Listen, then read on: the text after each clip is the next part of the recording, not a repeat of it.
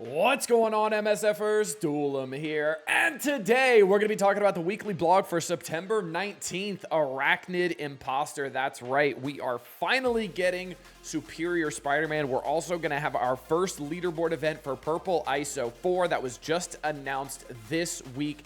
We're also getting an all-new raid as well with the release of Insidious 6 and Superior Spider-Man himself, with increased rewards as well and a little bit of a buff to the energy. And that's pretty awesome as well. And we have the return of the Quasar event, and you can get some red stars as well. Absolutely jam-packed blog. Amazing, amazing, amazing. So, battle plan for September 20th through September 26th. September 22nd at 2 p.m. Phantom Rider Battle Pass. That's right, we're continuing on with the Phantom Rider Battle Pass. This will be the second one out of 6 total. We also have the Broken King Week 8 Raid Warzone, which we've been doing. Also, Danger Room featuring Sinister 6, and I think this could be the best Danger Room yet because of the plug and play of all of those characters. I'm so excited to see what they do with the mods as well. I'm very, very excited for this one because I absolutely love Sinister 6.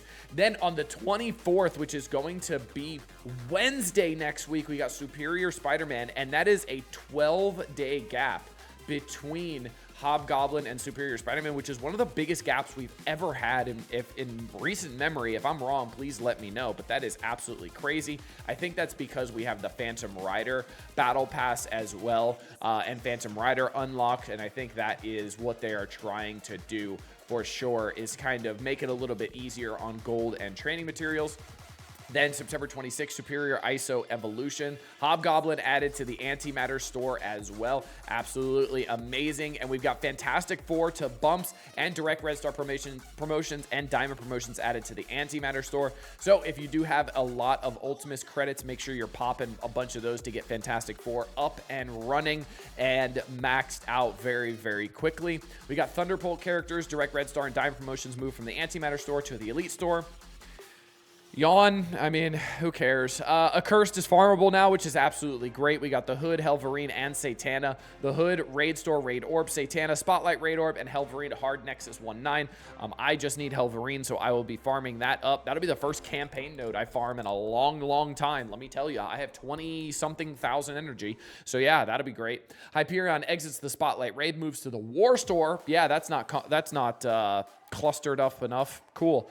All right, Blastar, we got 200 shards. Rachel Summers, 25 shards in Alliance Warzone. Scorpion, 100 shards in Week 8. So Scorpion free-to-play release already, which is great, and that is going to line up with the same week that we have Insidious Spider-Man. So if you cored Hobgoblin, you're going to core Insidious Spider-Man. You'll have the full team ready to go, which is great. Amazing, amazing, amazing. We've got a Week 8 event, Smash and Grab shards for Insidious 6, Stinging, Brawler, Scorpion during Week 8. Log into Marvel Strike Force for the daily objective. Weekly objective, spend power cores. That'd be interesting. I'm curious to see how much that is. Obviously, if it's a weekly objective, just save until the 24th, and then you can unlock Insidious Spider-Man with cores, and then you'll probably get the weekly objective done. We also have Scorpion shards, costume credits as well, and Path to Scorpion Orb fragments. Absolutely awesome. We've got the Raid Warzone, which is the same thing. Battle and War and Raid. Battle and Raid with Insidious 6. Super easy Alliance event to max out. We also have Superior ISO Evolution. So this is going to be the first kind of a chance to get Purple ISO 4, just like was talked about in Valley's video and my video as well. It's going to be a leaderboard where this is going to be a highly contested leaderboard because we have a lot of rewards. We got Superior Spider-Man Diamond Orb Fragments, Gear Tier 20 Tech Mini Uniques, and Purple ISO Level 4. The first chance at unlocking that. So this is going to be a very, very competitive leaderboard. I'm very curious to see where people are going to be landing. The inputs are pretty simple. Battle and Raid with Insidious 6, Battle and Raid with Superior Spider-Man at scaling yellow stars. Pretty much the same as usual. And then obviously there's going to be a boatload of offers regarding this leaderboard and the first chance of Purple ISO 4. Now, when it comes to Purple ISO 4, this is not going to affect Overpowered. Overpowered is only going to apply when we get to Purple ISO 5. So we don't have to worry about a new layer of overpowered just to purple ISO 4. It has to be to purple ISO 5. That was shown in game when we first got overpowered, and the next tier was shown as purple ISO 5, not 4. Now, could they change this? Absolutely. But I feel like they would have announced that in this blog if this was changing. So I do not see another layer of overpower being added to the game just yet until purple ISO 5 starts becoming available, which there is no mention of this right now. So definitely be prepared for that when that does happen. Superior Spider-Man swinging into battle on the 24th. I absolutely will be coring this guy. He's got Crucible use with Superior 6. He's also going to be the last member of the team, which means I will have the full team day 1 ready to go for the raids. Speaking of raids, we got Annihilation Raid 2. That's right. With the full Insidious 6 available this week, we're rolling out Annihilation Raid 2. Here are the details for this next raid. New nodes and bonus nodes. Annihilation Raid 2 features an additional node, increasing the total number of nodes to 9. We've also converted 2 of the nodes into bonus nodes, which require the latest teams at all difficulties. But the good thing is we can skip them. They're optional. Bonus nodes are optional, which is great. And the scaling gear tier requirements based on the difficulty up to gear tier 20 at difficulty 9, which is also very, very cool. I like that. And I love the fact that we have the individual raid difficulty sliders so we can make sure we play at the level we want without penalizing our alliance. I still love that. You can absolutely skip over the boss nodes or the optional nodes and go straight to the boss. And there is a chart here as well. Also, they're increasing the energy gain from 24 in a 24-hour period to 96. But the cap of energy is still staying at 80. So make sure you are aware of that. You don't overcap on energy. Here's going to be the breakdown here. So we are going to need Hellfire Club or Insidious 6 at all difficulties on nodes 7 and 8, but those are optional. You can skip those and go straight to the boss. Difficulties 3 through 7 will need the same, just Mystic Global Skill Biomutant Tech, and then difficulties 8 and 9, you'll need the team specific, so Night Stalkers, Uncanny, Vigilante, Thunderbolts. Then on node 5, you'll need Hellfire. Node 6, you'll need Insidious 6, and then node 7, you'll need Hellfire. Node 8, you'll also need Insidious 6. Now, this means that you cannot do difficulties 8 and 9 for nodes 5 and 6, and then you'll have to skip 7 and 8 if you do not have Hellfire or Insidious 6. Now, the good news is Hellfire will be completely free to play available. This week, Sebastian Shaw is in the Strike Pass, and we got a lot of shards from an event as well. I think I almost have him unlocked. I think I'm like 12 shards short. So he is free to play unlocked this week as well. So a lot of gold going out the door this week. I'm going to have Scorpion, Sebastian Shaw, Insidious Spider-Man. I got a lot of gold flying out of my pocket. It's a good thing we just got that massive reward, that calendar, reward, the compensation. But the boss, still no restrictions, which is great. And I think this is a good change. And also what comes with this is increased amounts of antimatter and gear tier 20 orb fragments per node. Now, we do not know what the amount is going up to, and I wish we did, because the amount that changed when we went to this raid was definitely nothing to write home about, right? It was very, very lackluster. So I'm really hoping this change is really substantial. And what's also great is we could still run Annihilation Raid 1 if you need to. If you don't have enough of the characters unlocked, whatever it is, you can still run Annihilation 1, which is great. I really like that. Danger Room, that's right, we got Danger Room coming again. Sinister 6 this time, and I am super stoked for Sinister 6. They also added some updates to Danger Room Run, kind of addressing some concerns and addressing some things that the community was talking about. So reducing some of the RNG factor in map generation to help reduce the luck factor in scoring points. So this was regarding what nodes you'll get and the efficiency-based system as well. Now, this is something I was asking for, and I don't know if they used this as something that they saw in one of my videos and went, hey, that's a pretty cool idea, or they were already thinking about doing this, but we have difficulty 11 for top commanders chasing the top of the leaderboard. There's no milestone tied to this, just more points and a bigger roster test.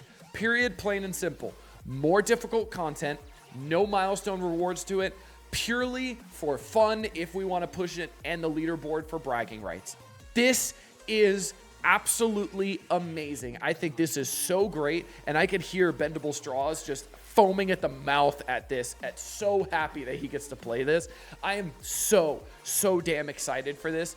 This is exactly what we need for more events, because this brings the fun to the game for the people who want a tough chase without any extra rewards and can just play it for fun to see if they can pull it off. This is awesome. This does not take away anything from anybody else, but it increases another layer of complexity and fun for people that want to push. This is absolutely awesome.